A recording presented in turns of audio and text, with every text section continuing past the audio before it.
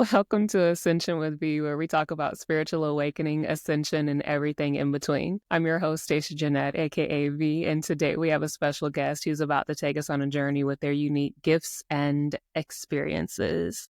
Rejan, please tell us about you. Once again, welcome back. Also, let me just put it out there. Rejan had been on once before, and she and I get along very well. And I love what she does, and I love her work and all the things. So she is back to tell us more about all of her work, her gifts, and her passions for all things spirituality, healing, and all the things in between. Jen, tell us. Hi, thank you so much for having me back. It's a pleasure to be here. Yeah, so I know that we got into my story last time, so I won't do that this time. But yeah, basically, I am a multi-passionate human being here on this incarnation at this time, doing what I'm passionate about. And currently, that is a combination of human design, just spiritual growth tools in general. I'm really, really into manifestation right now. I have been for a while, but I find myself on this roller coaster of being really into stuff for a bit, and then it kind of fades and I get into something else and I come back to it. And so right now I'm in another season of being really, really dialed into the manifestation process. I'm very passionate about that right now. And definitely bringing that into the work that I do with my clients as well, because who doesn't want to manifest their desires into their reality? And yeah, so doing lots of that and always incorporating somatics into my work as well. So combining human design and somatics, I really love to bridge the gap between science and spirituality. My background is very much science-based, did nutrition for a very long time. I still very much am in that realm. And that was actually my introduction into spirituality too, is a lot of Joe Dispenza's work. And he really does a good job of bridging the gap between science and spirituality and neuroscience and how that all plays a role in manifestation. That's another big piece as well that I'm also very much involved in at this current time, and that I find myself just continuing to come back to. So yeah. And yeah, I'm sure we'll get into all the other things and what I do, but that's where I'm at right now. Okay, so first thing I want to deep dive into is the connection between the manifestation and the somatic. Number one, how did you know that somatics was like your thing? How did you discover the somatics? What is somatics for? If nobody has listened to the first episode, I will link the first episode with Rejan in the show notes, but just a brief synopsis of what the somatics are and how did you come up on this and you were like, yo, this is my thing. This is a real thing. And then tie us back in with how it loops in with manifestation.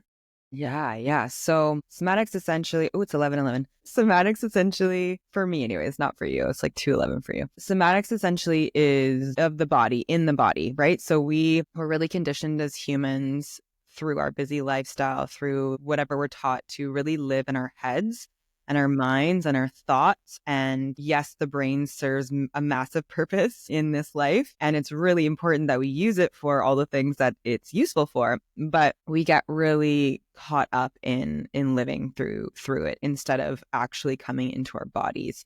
Right. And our bodies are where there is so much wisdom. For most of us, our intuition is going to be felt somewhere in the body. Yes, we can have downloads that might come through the mind as thoughts or however that shows up for you. But even still, you're going to get your reaffirming yeses and nos for things through bodily sensations, through a somatic sensation in the body. And so yes, there's so much wisdom in our body, but we're so disconnected from our bodies and so living in our heads that this is where things like anxiety come in, because we're just looping in overwhelming thoughts and living in the past or living in the future, not actually being in the present moment. If you're in the present moment, you're more in your body, right? And so right. When I first heard that term of just come back into your body, get into your body, I was like, right. What does that even mean? What do you mean? I'm here. Obviously.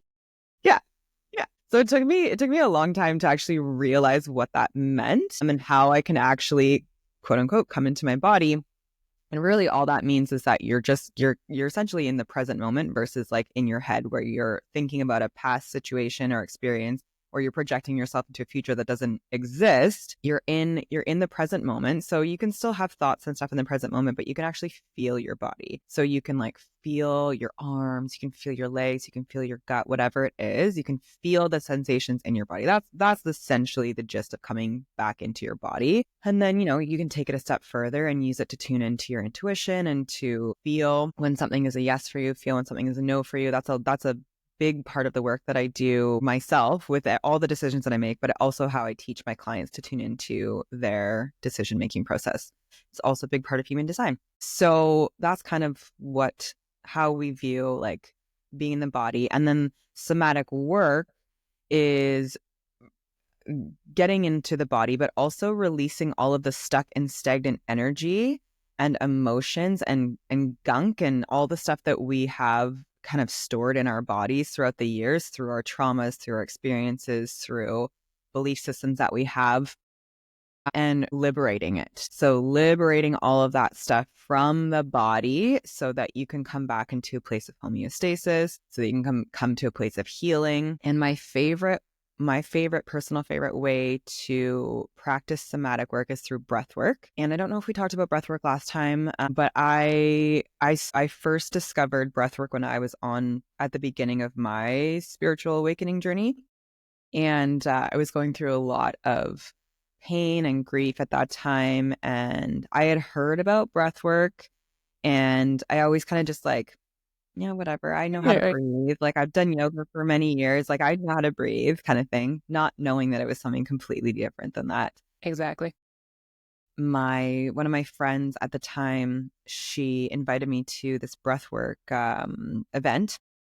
And I was like, okay, yeah, I'm saying yes to all of the things right now. Like I'm in this yes phase of my life. So sure, I'm gonna go try it. And I went, and oh my God, it is not just like breathing like you do in yoga. I don't know if you have experience with breath work at all, but it's crazy. It's really crazy. So the idea with the breath work that I practice, and then I also facilitate and teach now, first of all, get you back into your body, out of your head, because that's, once again, something that we're really good at doing. So getting into your body. Yes. Yeah. And even just paying attention to your breath. Like you can do this in meditation. That is getting you into your body. Your breath goes through your body. Yeah. Right. Now that is something that I do. Like I'll be intentional about my breathing, especially when I'm meditating, because it's me being like, okay, I'll try to like breathe into my stomach or like breathe into my sacral.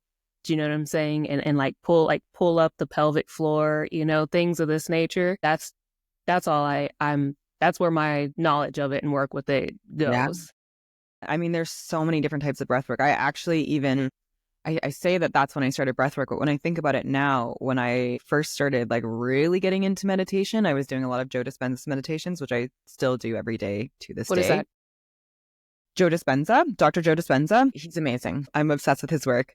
I've learned so much about meditation and spirituality and like the gap between science and spirituality through him. He's a neuroscientist, and he's got a very big following. He's got lots of books. He's got a series on Gaia. If you don't know who he is, I highly recommend checking him out. He's quite literally changed my life. But his meditations, one of the techniques that he teaches with his meditations is this breathwork exercise to quite literally get you reprogram not only your mind, but reprogram your body so that you can manifest what you desire. That's just a part of it. So that's kind of where I started breathwork, was his specific breathwork technique. And you just reminded me of that when you were saying like pulling the energy up from the base. That's something he teaches. Yeah, it reminds me of like Kundalini breathwork, where you're bringing the energy from the base all the way through your head.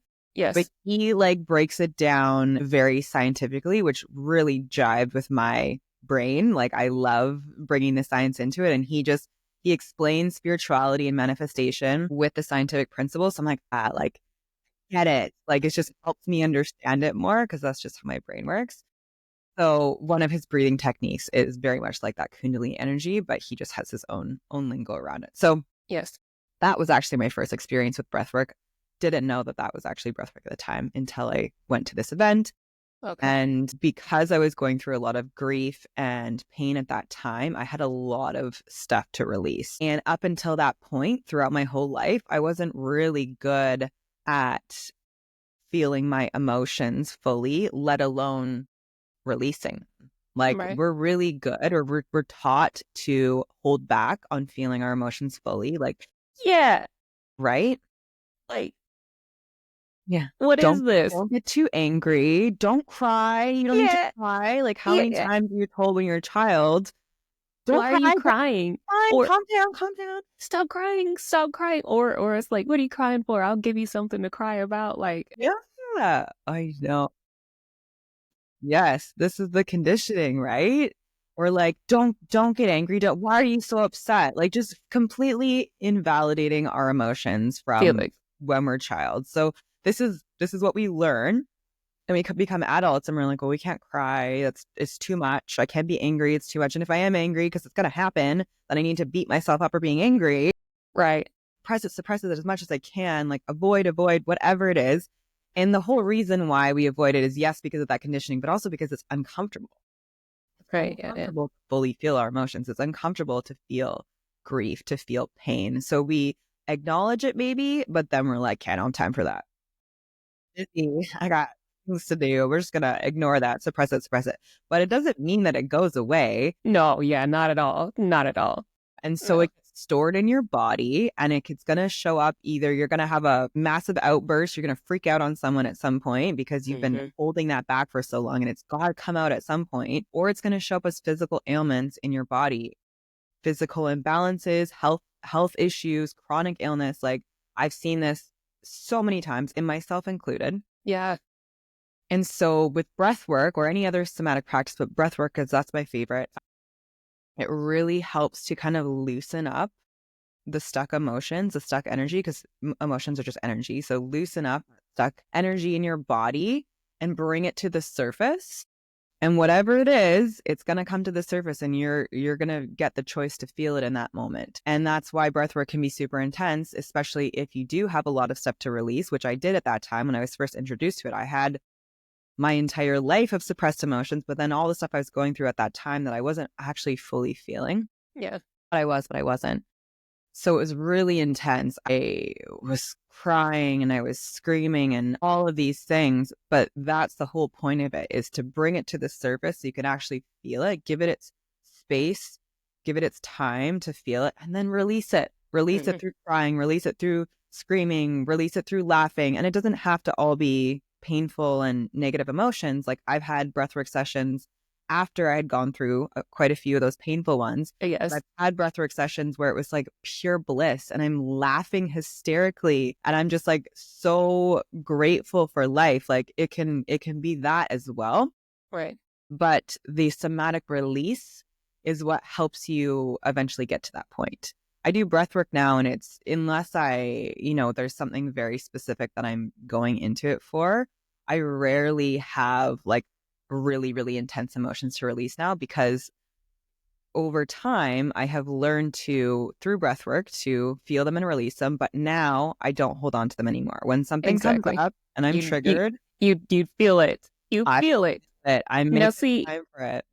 That's me. But like, my thing is that I do the shadow work thing of it, and this is where you're telling me this, and I'm like, this seems so familiar. Yeah. Because this has been me. Like my whole entire life has been this whole process of like dealing with the emotions, and like a lot of people, I feel like when you bring up shadow work, people run for the hills immediately, because, do you know what I'm saying? Because it's this kind of exactly what you just said. Like all this, it doesn't go away. Like it's just there in the Pandora's box waiting for you to open it up, and then that whole top layer of shit is just like the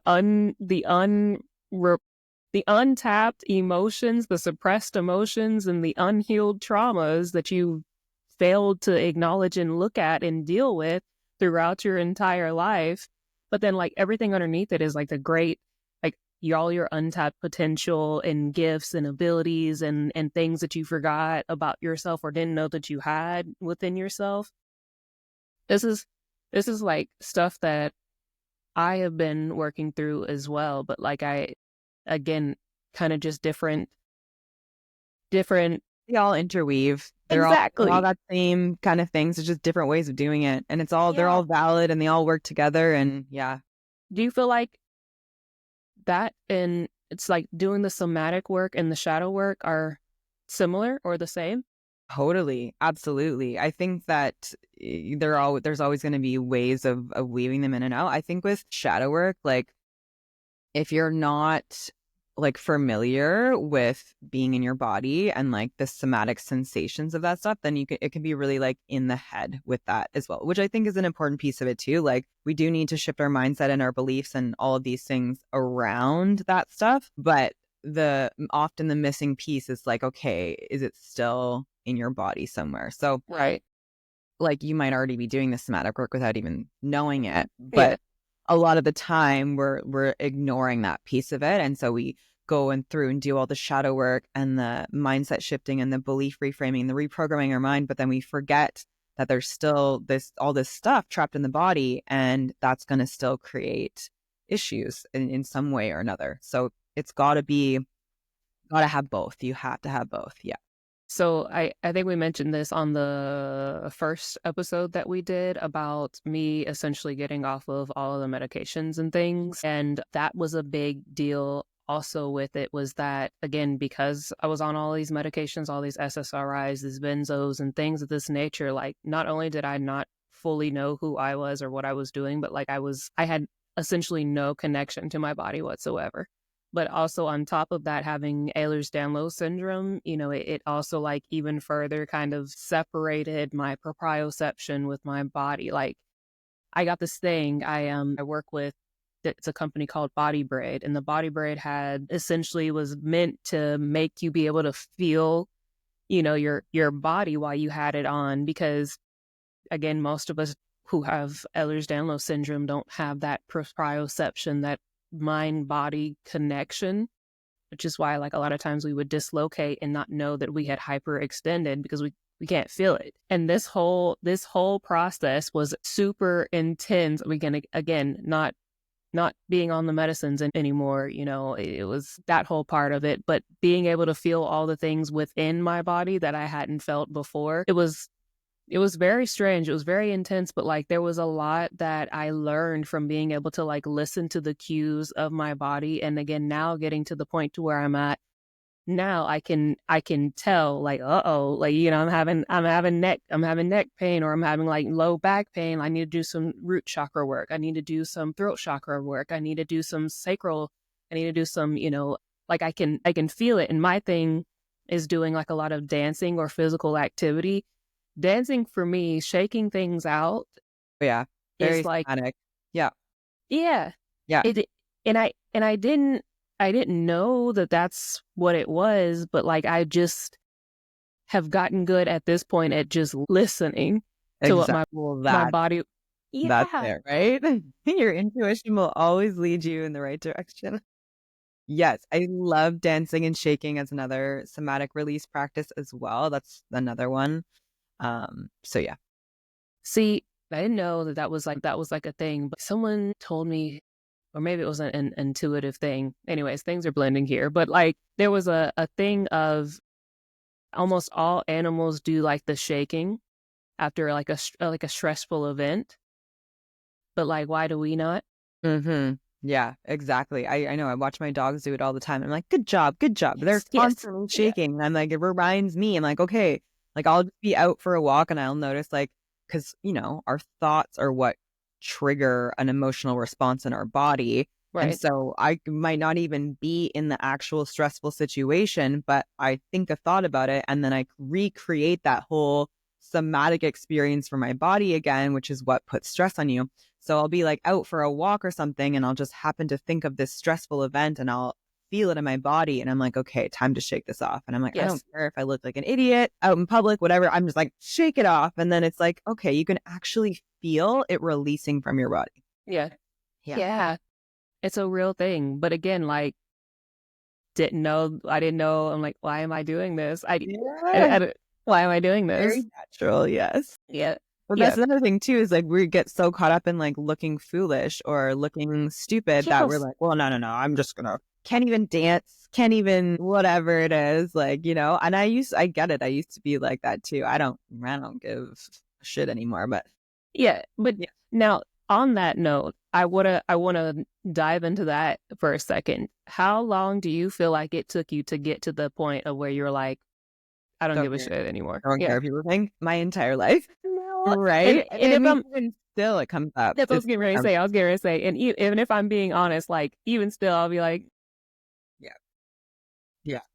But I mean, it also wasn't one of those things that was even on my radar to shift until maybe the last, I don't know, I want to say definitely in adulthood though. Like it's not something that I was aware of as a child. I cared so much what people thought about me when I was a child and through high school and even after high school. And so I think it wasn't until I started this like coming into myself, like, okay, I actually don't like that thing, but I've just kind of always done it because everyone else is doing it. And I started to like just kind of realize, okay, like what do I actually like? What do I actually like? And I think that's where it starts, where you start actually trusting your own desires. And you trust them enough that you're like, well, I gotta follow that because that's what feels good. I don't care that that's not what so and so is doing. And that's exactly. I don't have an exact time frame for you, but definitely within the last 5 or more years, when I've been really on the spiritual path, is exponential growth in that area of like not giving a crap what people think, because you can't. If you're caring what people think, you're not living authentically. You're not going to be fulfilled in your life. You're also not going to manifest what you want if you're constantly worried about what other people think, or if you're comparing yourself to other people. Like we were saying, it definitely still comes up. It's just not nearly anywhere as bad as it used to be. Yes. Yeah.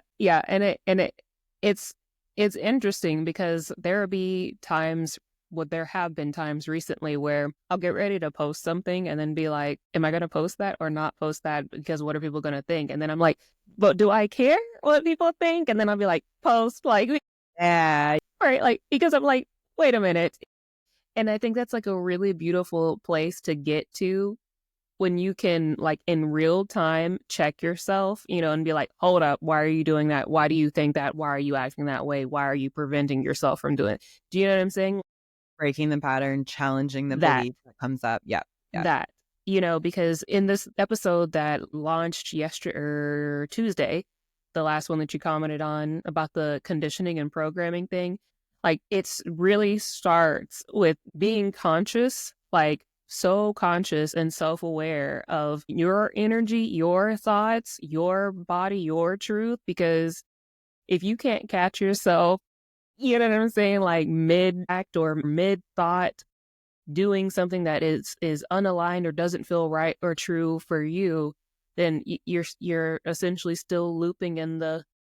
Exactly. Yeah. You know?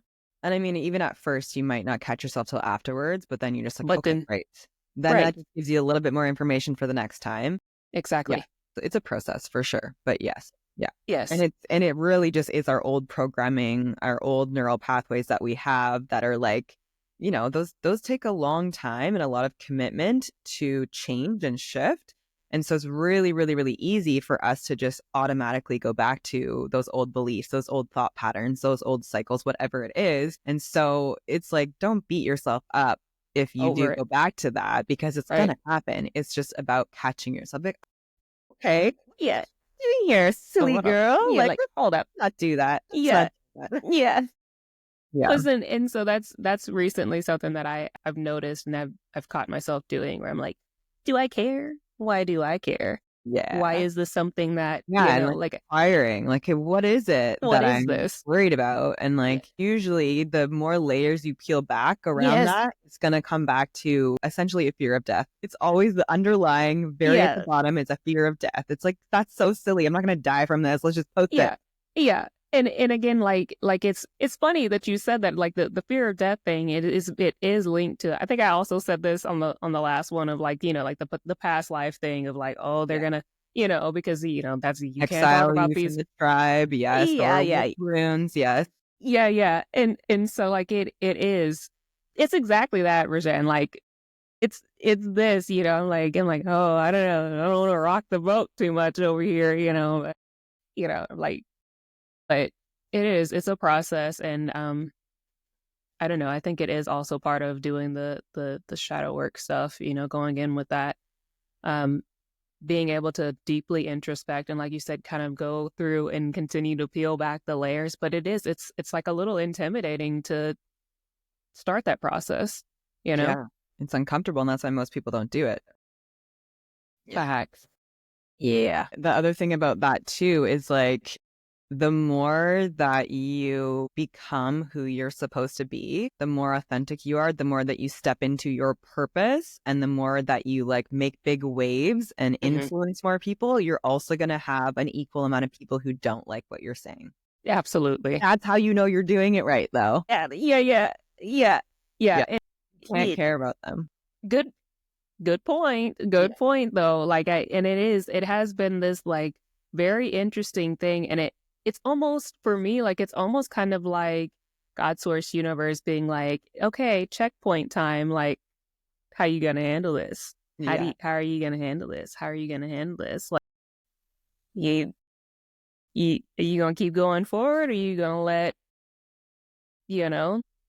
Yeah, well, it's like you make a commitment to yourself. You're like, okay, I'm going to start doing this, or I'm going to stop doing this, or whatever the goal is that you set for yourself.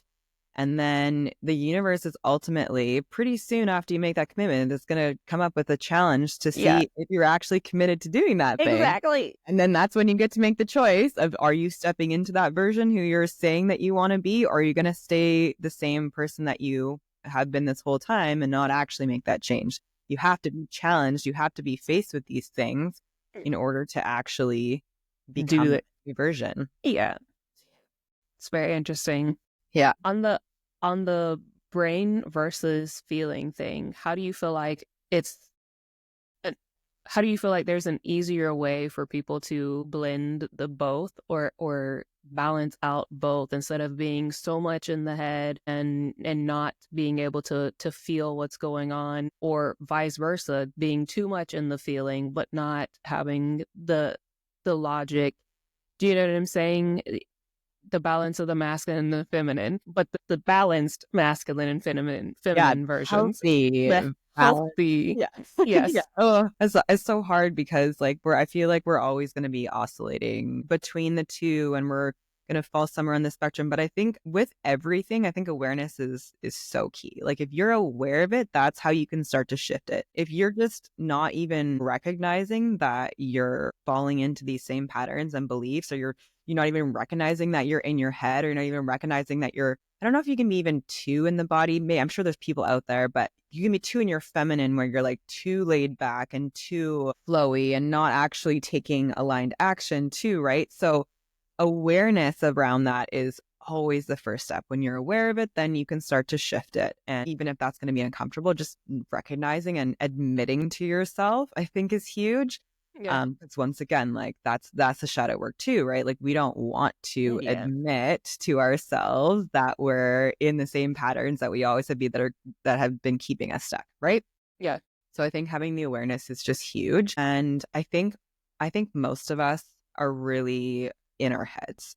Yeah. I think that's the majority of how it goes. And at least that's been my experience too. And I think it's just breaking the pattern. Like with anything else, it's like when you notice you're in those looping thoughts, or you're getting worked up, or you're getting stressed over something, recognizing, yeah, I'm in my head again. Okay, come back to the moment. However that works for you, whether it's sensing your body, coming back into your body, or even just looking around the room, like noticing what you notice around you, that brings you into the present moment. Taking some deep breaths to center yourself. You can do a little grounding visualization, whatever it is. There's lots of ways to come back into the present moment. But I think it's just catching yourself is like when you're in the loops. It's like, oh, okay, there I am again. I'm in the past, or I'm in the future, neither of which exist. Only the here and the now exists. Right. So how can I keep coming back? How can I keep coming? Because it's only from that place of being in the present moment that you're going to actually have the clarity that you want for tuning into your intuition, for tuning into source, for tuning into your decision making, for manifesting, for whatever it is. that effectively can only be done from present moment awareness. Yeah. That's what my guides and God Source Universe would frequently tell me is like, you need to my issue is always being so far ahead and so much connected to spirit and other dimensions and things rather than here. And so last year was the start of them being like, we're cutting off certain points of your gifts so that you are literally forced to just be here. And it was like the most frustrating, and like I felt like a dagger through the heartness. And I was like, you don't want me anymore. Like, you know what I mean? Yeah. But if you're a human, you still have to be a human, right? Right. Yeah. Right. And but they were like, you're too far in the future, and that's great for other things, but like you have to be here. Like you have to just sit down, like don't be over here. Don't be over here, just be here and work on connecting with your body and connecting with the proprioception and connecting with the things that are going on right here so that you can navigate and build from this moment instead of other realms and other dimensions. And man, I'm telling you, like I got emotional talking about that, because like I did it I was like, what do you mean? I'm like, what do you mean? And I did, like I felt like planet. you right. It was like they were like, you can't be with us all the time. You signed up to have like a physical human body and be here, and you need to be here. Yeah. With all of your gifts and everything, like how amazing is it that you get to experience that realm as well in the ways that you do? But yeah, like keep coming back to like, what's your purpose as a human being in this incarnation? It's like, yeah, being connected to that stuff and sharing your wisdom and all of that so that we can wake more people up. And you still got to do it from a physical form. You still got to do it from here. Right. Yeah. Right. But it was rough. And so like now my thing is like kind of like you said, this trying to stay in the ebb and flow of, keeping the masculine and feminine balanced, because there were points where I'm sure everybody has gone through this or may experience this of being too much in the masculine of like, it's all action and we're doing this and push forward and push forward and push forward. And then that's not really it either, because now more than ever, it's definitely not about like just pushing through things, and just forcing things to be done. Like that's not it, and then I was, so then I got out of that, and then it was too much in like the laxed, like things will just come to me thing. Like, yep. Oh, I get it. Yeah. It's definitely a balance. Like I have spiritual whiplash all the time. Yeah. Totally. At least you're aware of it though. Yeah. No, like I can actively feel like, both like I call them like the emperor and empress constantly like fighting over who's driving the chariot today. Like, we're going this way. Everybody get on the same page. That's what we're doing. Everybody on the same page. Anyways, I want to talk about the speaking of the emperor and empress, the conscious relationships. What is that, and how can you explain it to people and all the things? Yeah, I actually had someone ask me the other day, like, what is a conscious relationship? And I'm like, well, basically when both people in the relationship are quote unquote conscious, right? Awake to an extent, whatever that means. Right. So that they can both be aware of their own shit. Right. And be willing to work on it individually and then also collectively in a partnership so that they can continue to grow and evolve in that partnership. Together.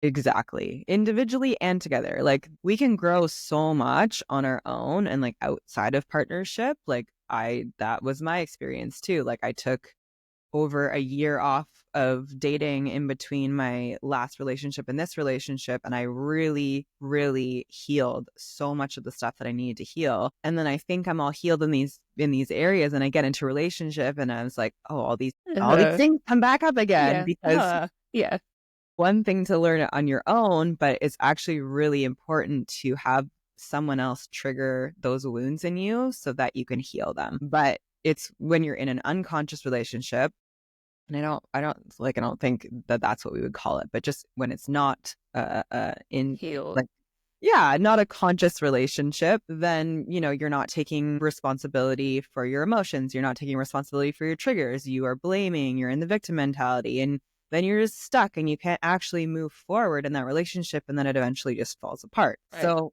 there needs to be a willingness from both parties to be able to see and heal their shit individually and together, so that you guys can continue to evolve. And so that's kind of the answer that I gave the other day as well. But it's not even about getting into a relationship where you're both healed, because I think we're always going to have stuff to work on. Oh no, yeah, like that's a forever thing. And I feel like it's like a big red flag when people are like, I'm healed.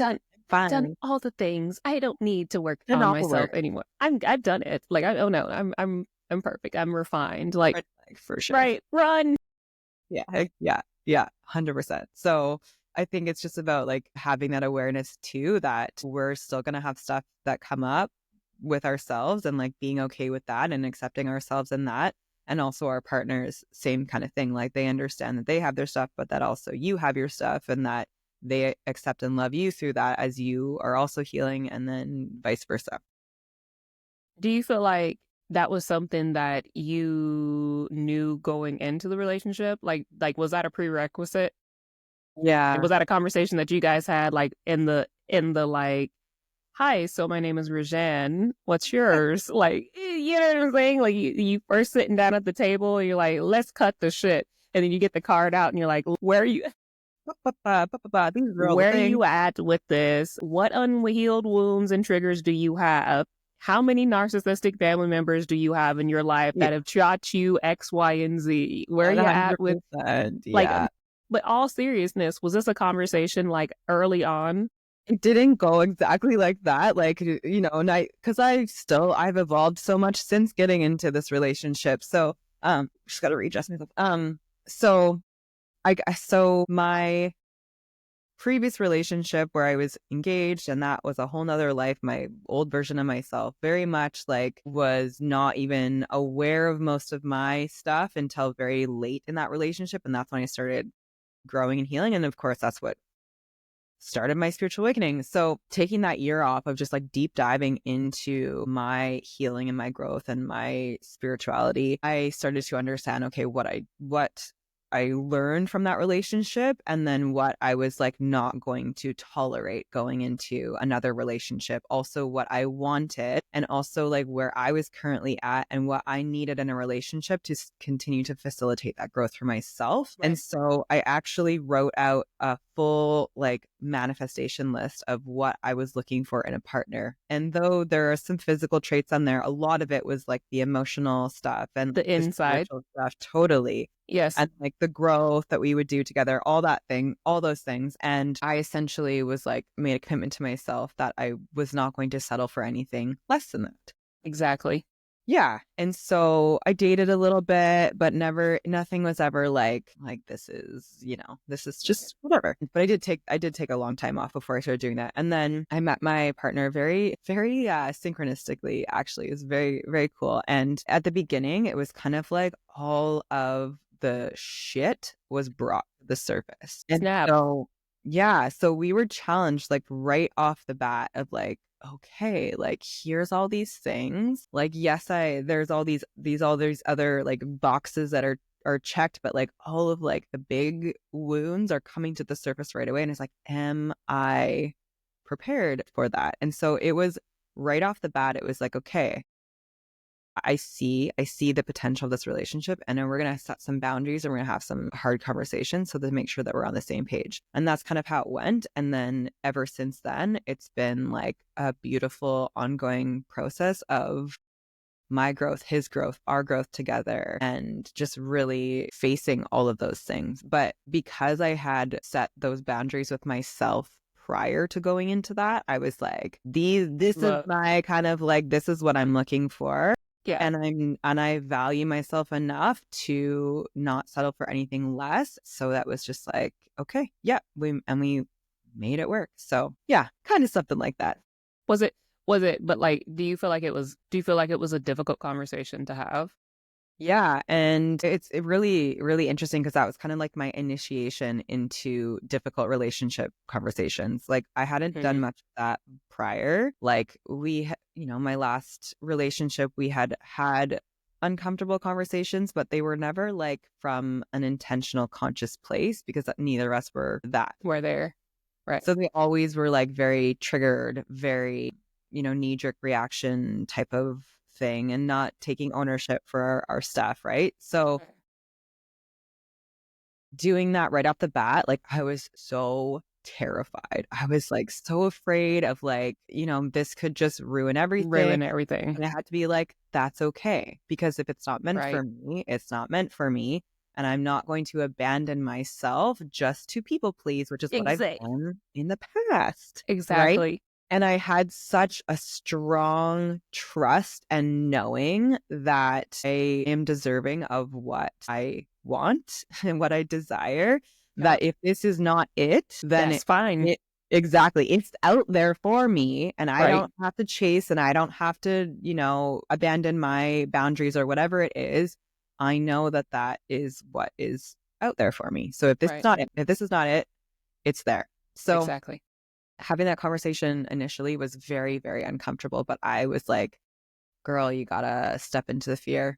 You gotta step into the unknown. And that was my whole, continues to be as well, but was my whole theme in life up until that point is like, the fear. Yeah, like, and doing it anyways. Yeah. Yeah. Not on the relationship thing, but like in general, like I'm like, everything. Yeah. Oh, yeah. 100%. 100%. And like you could tell it was uncomfortable for him too, because also his first conscious relationship as well. So he's probably like, who is this girl? Right. Like what? Setting boundaries. We're talking about something. This is what I am and am not going to tolerate. And this is what I want and do not want. And this is what I like. Yeah. But it was good though, because then it also set that boundary right away, right? Immediately. So that there wasn't any like confusion.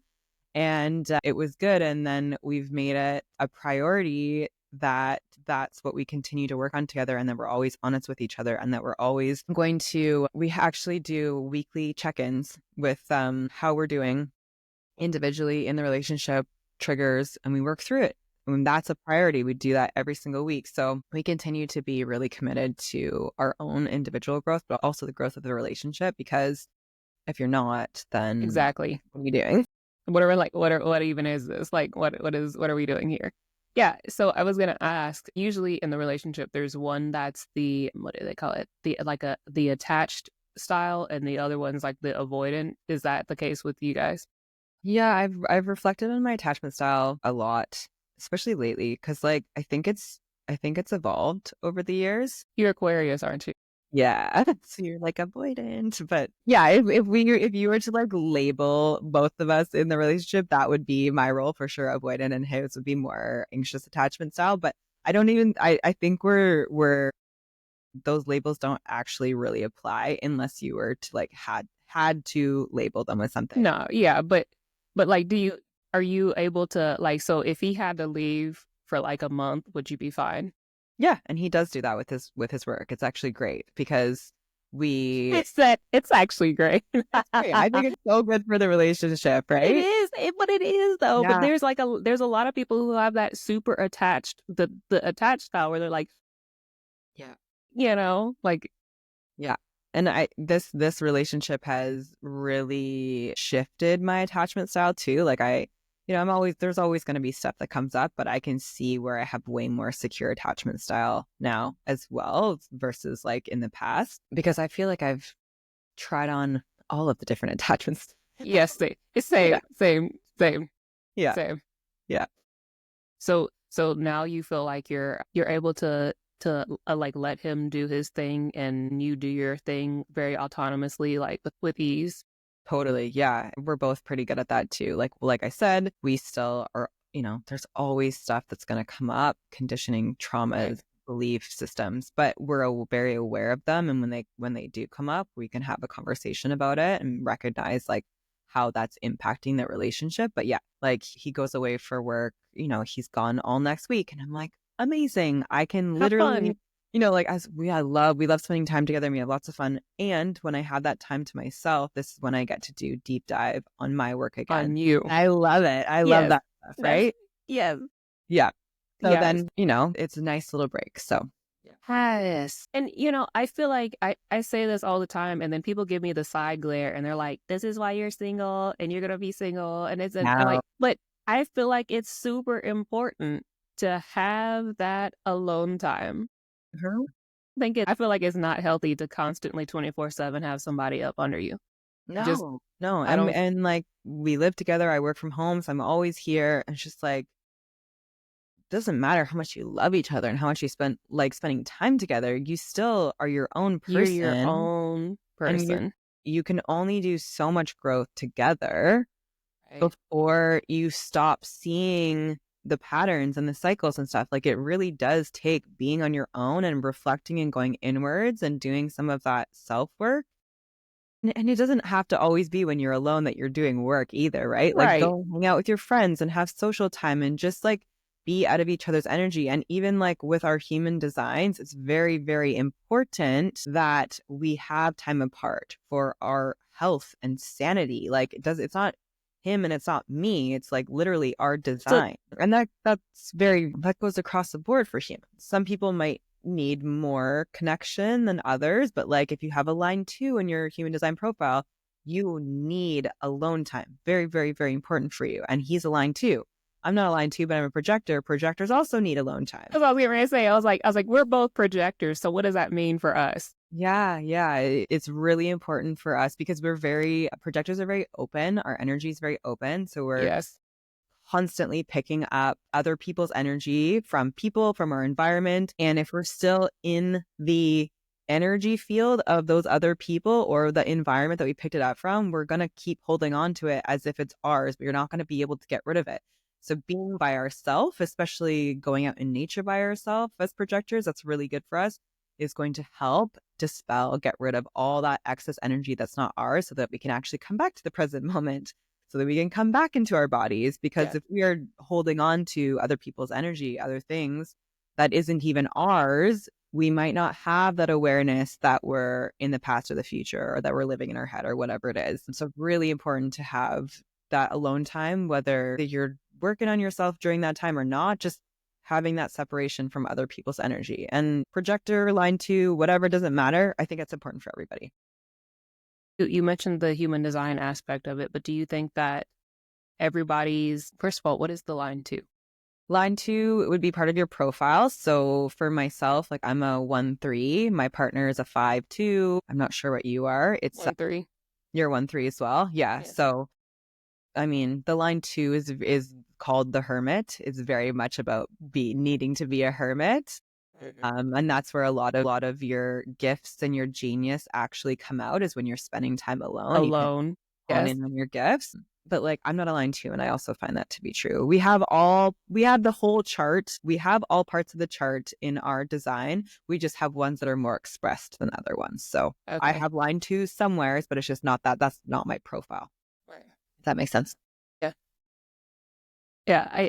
There's this, I think, again, there's a lot, you mentioned even people who are, married, going out places. It's important to have that time by yourself when you go out with your friends. But like, I know a lot of times people will do this thing where they don't want their partners to go places, without them. It's how do you have that time for you? What if he didn't travel? What if your partner didn't travel? Like, and you guys both worked at home? Gosh. What would right. So that's what I'm saying. Do you think that the relationship works out really well because he does travel? Or do you think that it would be... That's a new thing for him, but I'm home by myself all day, and so I really will just see him in the evenings and on the weekends.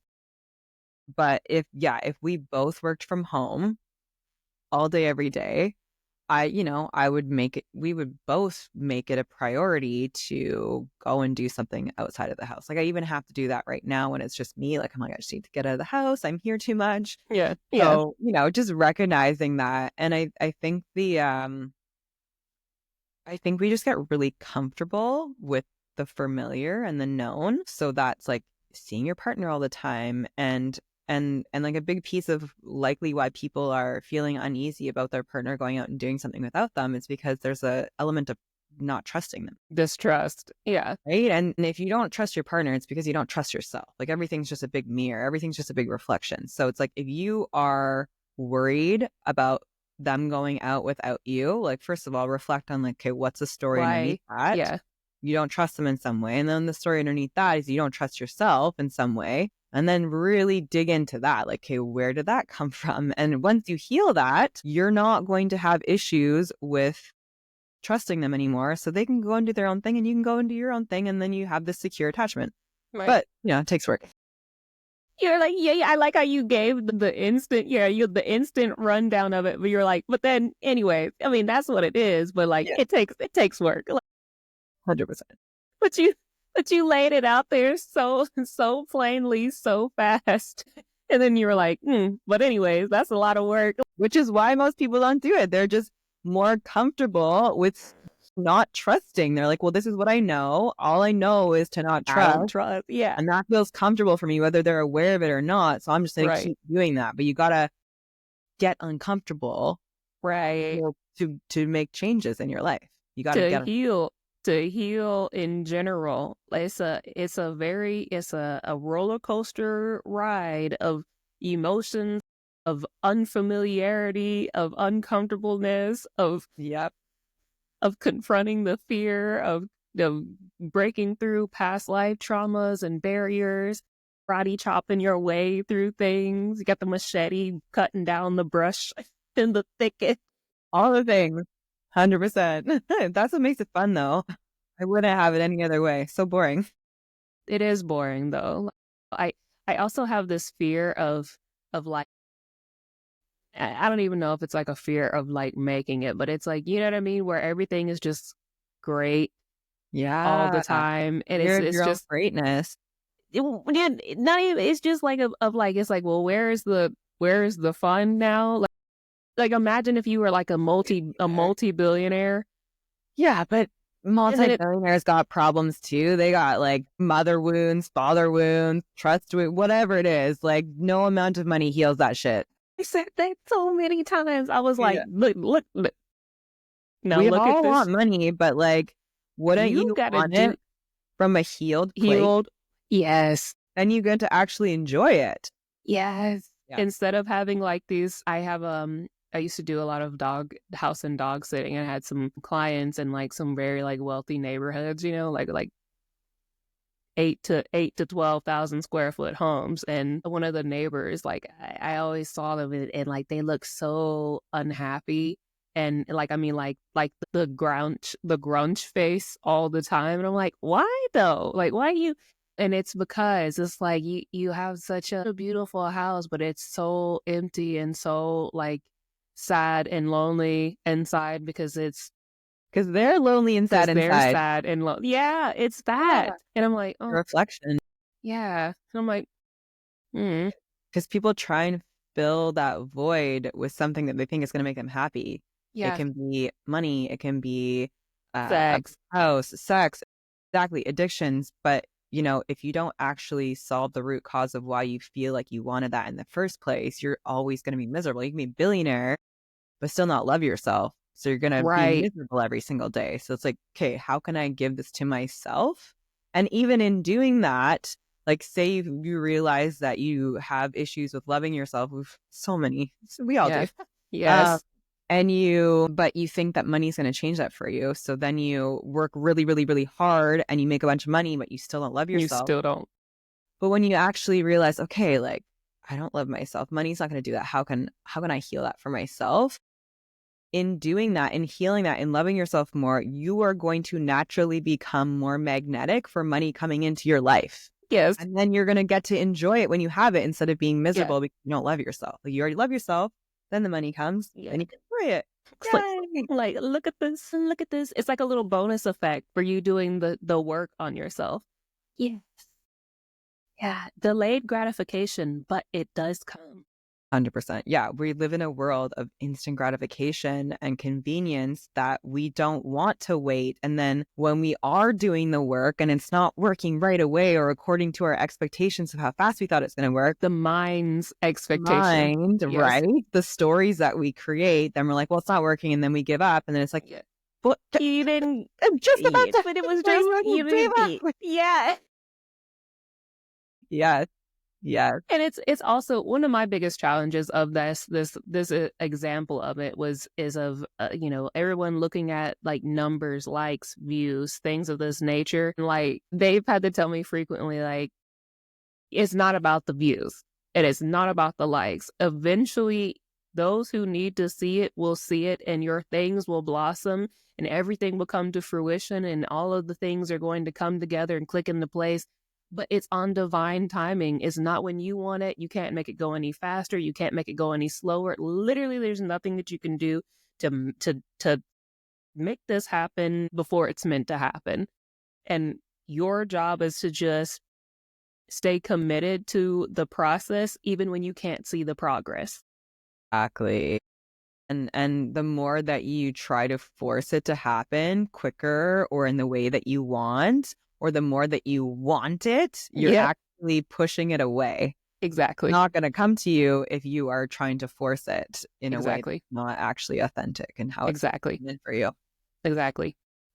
Big lessons. It's a whole thing. What is that? Manifestation and Universal Law of Attraction 101. It's very interesting, bro. All the universal laws. Oh my goodness. All of it. So interesting. Yeah. Okay, what else do you want to talk about and mention? What are you working on? What do you have going on? All the things before we wrap up and close out. Let's see. So I'm not sure when is this episode going to be airing? Do you know? Because that will kind of determine. Probably in March. In March? Okay. Yeah. So that won't be applicable to what I'm working right now. But yeah, basically. You can still talk about whatever you got going. Yeah. Totally. So what is that? I was like, wait, is that behind you? All I saw was this black like thing come up in the completely muddled up with the rug on the ground there. He's having a little nap and who knows. I'm sorry, go ahead. Yes. So my current favorite offering right now is what I call a somatic human design session. And so, yeah, it's so good because like, as I love working with clients in longer term containers, and that's always something that I will offer. But for those wanting just like a one-off kind of taste of what I do, but also to get a lot of transformation just in one session, I really love the somatic human design session. So it is a combination of an intuitive human design reading. So we go through your chart together. And, I really like intuitively tuning into your chart too, to just kind of see what I pick up on, to see, what's going to be really important for you to know at this time about your chart, like whatever it is. And then also we can go into, like, say you're wanting, for instance, to manifest more abundance, more financial abundance into your life right now, but you're feeling stuck with it. You're feeling blocked around it. Your human design can tell you where, like, what exactly that block is that is preventing you from bringing that in. So we get really clear on any blocks in your life that you currently are going through your human design. And we do a little bit of coaching around that. And then we go into a somatic breathwork session because we kind of went into it with the mind and the intellectual side of things and really understanding it and shifting the mindset with the coaching in there a little bit. But then we move into the somatic piece, which is the breathwork. So I guide you through an hour of conscious connected breathwork to help liberate that from the body and really get you back into the present moment, back into your body, kind of like what we were talking about before, which is such an important piece. It's like, yes, the mindset piece and then the somatic piece. And then we finish it off with a little just more reflection and just integration. And then I always leave you with some type of tangible tool to take home with you to continue doing the work.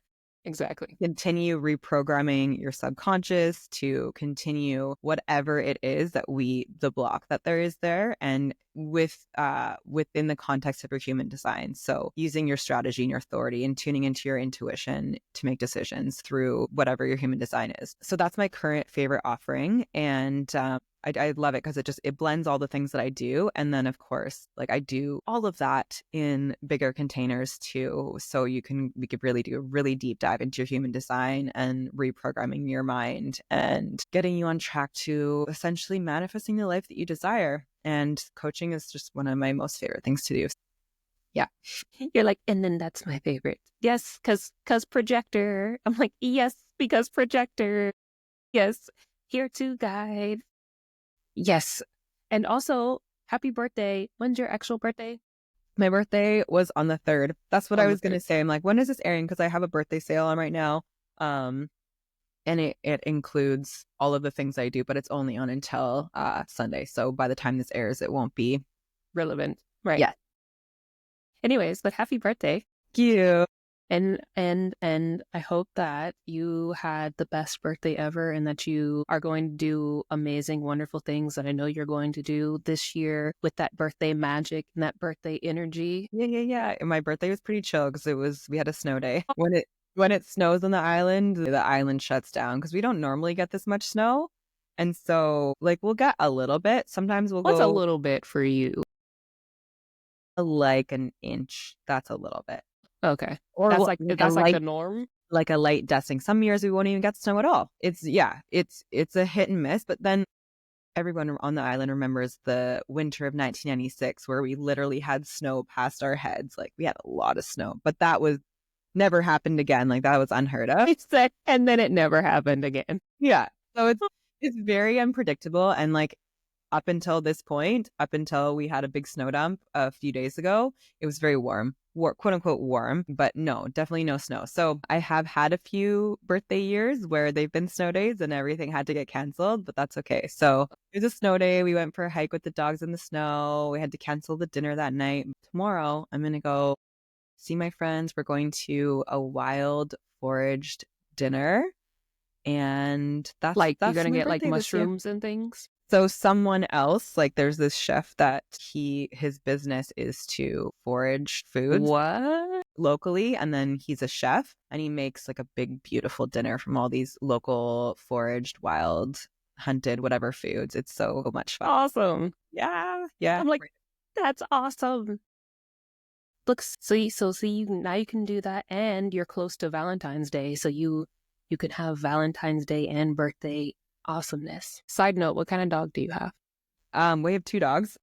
This guy here, Jasper, he's a Bernedoodle. He's like 130-pound big. I knew it. He looks yeah, I was like his little black and white tail. I was like the No, he's like, I'm relaxing. I'm not gonna come see you. He's anyway, like, I'm good. Yeah. I'm good. My big fluffy boy. And then we actually just got a puppy 2 months ago. And she's crazy still, but she's like a pit bull King Corso mix. So she's also going to be huge. Yeah. Like, oh, so she's also going to be huge. Yeah. Does she get along with the Bernedoodle? Well, yeah, she's obsessed with him, and he's like not want anything to do with him. He's like, please get away from me. Literally, yeah. Is he super crazy? Like all the Bernedoodles that I've ever sat, they like jump off of couches and like swan dive through the air, and they're always running around like doing funny, crazy. He's super chill. How old is he? He's 5.5. Yeah, no, maybe it's just the females. I don't know. I don't know.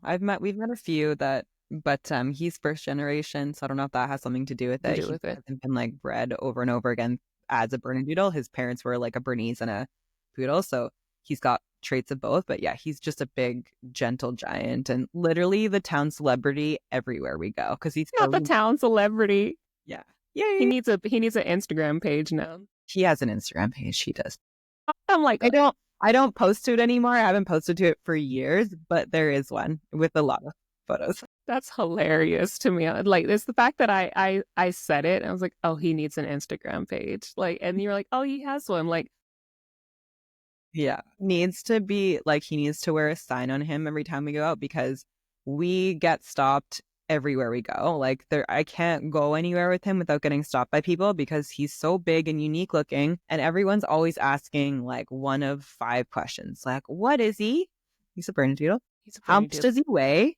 I always get people saying, do you have a saddle for him? Can you ride him? Do you ride him? No, but a little kid could. A little kid could for sure. Yeah. I'm like, but have you ever sat on his back while he was laying down? Yeah, we snuggle. He's like a really good baby spooner. Yeah. Oh yeah. Yes. I'm like, yes. The doodles that I watch, they're golden doodles, and like I'm like, come here, let me love you. Yeah. He's so big. Like, I'm like, come here. Yeah. Yes. Yeah. Yeah. I know all about that. Yeah. Like, yes. Do you hold his big paws? When we spoon? Yeah. Sometimes. It just depends. We spoon every morning in bed. As soon as my partner gets out of bed, he comes on the bed with me and we spoon. My turn. Yeah. I love that so much. Yeah. All right, Rejan, thank you so much for being here and sharing your wisdom and your gifts and your abilities and your energy and love with everyone.